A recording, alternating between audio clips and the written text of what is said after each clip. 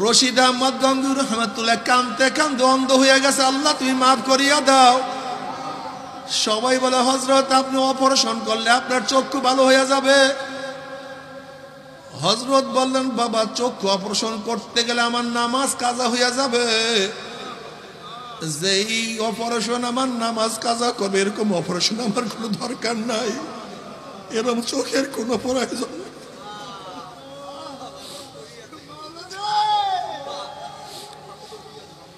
হুজুর ডাক্তার পাওয়া গেছে, বলছে আপনার নামাজ কাজা হবে না, আপনার নামাজ কাজা হবে না। ফজরের পর অপারেশন হবে, জোহরের নামাজ পড়তে পারবেন। গঙ্গুর রহমাতুল্লাহ বলেন হে আমার সাথীরা, আমি কিয়ামতের ময়দানে কি নিয়ে উঠবো? হাদিসের মধ্যে আসছে অন্ধের কাছে আল্লাহ পাক কোনো প্রশ্ন করবে না।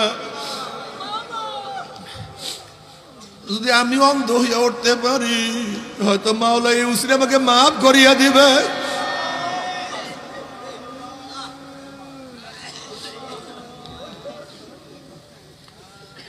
বরফির আব্দুল কাদের জিলানী রহমাতুল্লাহ কাবা শরীফের সাথে মাথার টাকায় আর মাওলার কাছে দোয়া করে, মাওলা রে মাওলা রে,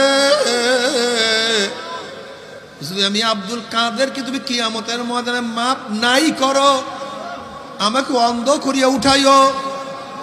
আজকে দুনিয়ার মানুষ আমাকে কত শ্রদ্ধা করে, কত সম্মান করে, কত ইজ্জত করে, আর কিয়ামতের ময়দানে যদি হাতের মধ্যে পার মধ্যে জাহান্নামের শিকার লাগিয়া যায়, ওই লজ্জা তো আমি সহ্য করতে পারবো না।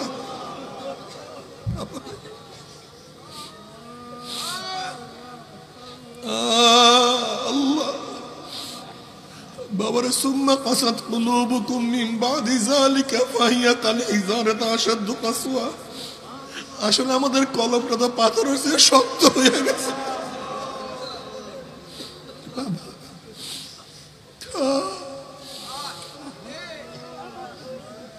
ও যুবক বাবারা, ও মুরব্বী বাবারা, ও পর্দানের মা বোনেরা,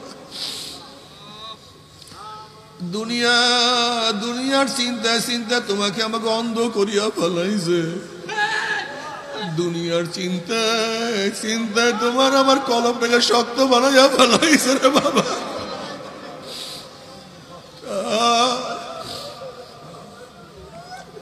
সারাদিন দুনিয়া রে, ঘুম থেকে ওঠার পরে চাকরি নৌকারি ব্যবসা বাণিজ্য, এই টাকা এই পয়সা এই জায়গায় জমি, এরকম করতে করতে তো এরকম করতে করতে ঘুমাইয়া পড়লাম।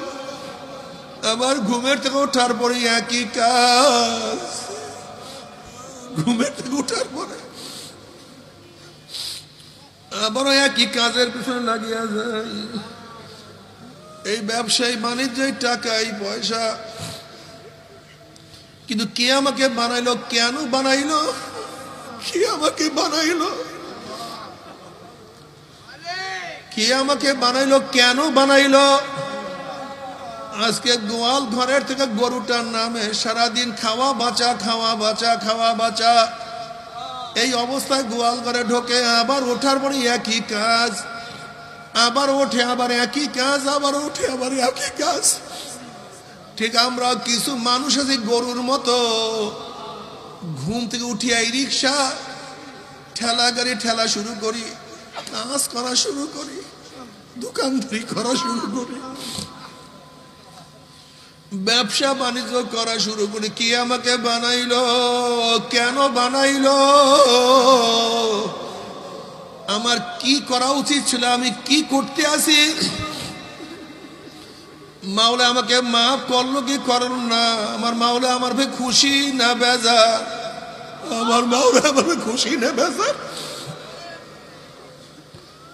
বাবারে, এক ব্যক্তি বাজার থেকে একটা গোলাম খরিদ করে আনছে।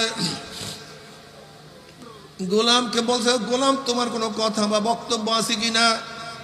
গোলাম বলছে, হ্যাঁ মালিক, আমার কিছু বক্তব্য আছে, আমার কিছু শর্ত শরায়ত আছে। বলে কি শর্ত শরায়ত তুমি বলো? গোলাম বলছেন, মালিক দিনের বেলা আমার জন্য আমাকে কাজ করাবেন, যত ইচ্ছা কাজ করাবেন, কিন্তু রাত্রে আমার দ্বারা কাজ করাতে পারবেন না। মালিক ফরজ আদায়ের সময় আমাকে কোনো সময় বাধা দিতে পারবেন না, ফরজ আদায়ের সময় কোনো অবস্থাতে আমাকে আপনি বাধা দিবেন না। নাম্বার 3, আমার জন্য একটা ঘর নির্ধারণ করবেন, যেই ঘরের মধ্যে শুধু আমি একাই ঢুকবো, অন্য কেউ ঢুকতে পারবে না। মালিক বলতে, তোমার শর্ত খুবই সহজ, আমিও মুসলমান মুমিন, আমি ফরজের সময় তোমাকে কোনো অবস্থাতে বাধা দিতে পারি না। রাত্রে তোমাকে তোমার ইচ্ছা অনুযায়ী চলার সুযোগ করিয়া দিলাম। আর আমার বহুত ঘর আছে, এর মধ্যে কোন ঘরটা তোমার পছন্দ হয় সেই ঘরটা তুমি নিয়ে নাও। মালিকের ঘরের মধ্যে একটা জীর্ণ শীর্ণ ঘর গোলাম পছন্দ করছে বলে এই ঘরটা আমার জন্য নিযুক্ত করেন। মালিক, দুনিয়ার মালিক বলতে আছে, আমার এত এত ঘর, এত আকর্ষণীয় সুন্দর সুন্দর ঘর বাদ দিয়া তুমি পরিত্যক্ত জীর্ণ শীর্ণ ঘরটাকে কেন পছন্দ করলা? এবার গোলাম বলছে, মালিক আপনি কি জানেন না জীর্ণ শীর্ণ ঘর মাওলার ইবাদতে আবাদ হয়ে যায়।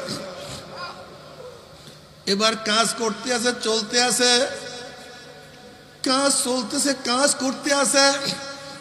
একদিন মালিক, দুনিয়ার মালিক চিন্তা করতে আছে, গোলাম রাখতে ঘরের মধ্যে কি করে, আমাকে কেন ঢুকতে নিষেধ করছে। এশারের নামাজের পরে রাত্রে একটু যখন গভীর হইছে, ওই মালিক জীর্ণ শীর্ণ ঘরের ফাঁকে থেকে দেখতে আছে গোলাম সেজদার মধ্যে পড়া, আর তার ঘরের চালটা ফাড়া, আসমান থেকে নূরের বাতি তার মাথার বেপরিয়া রয়েছে, যার কারণে সমস্ত ঘরটা আলোকিত। এবার সেজদা পড়িয়া গোলাম বলে, মাওলা রে, তুমি আমাকে গোলাম বানাইছো, গরিব বানাইছো, দুনিয়ার মালিকেরও কাজ করতে হয়, এর জন্য যেইভাবে ইবাদত করার প্রয়োজন সেই ইবাদত করতে পারি নাই, আমাকে মাফ করিয়া দাও।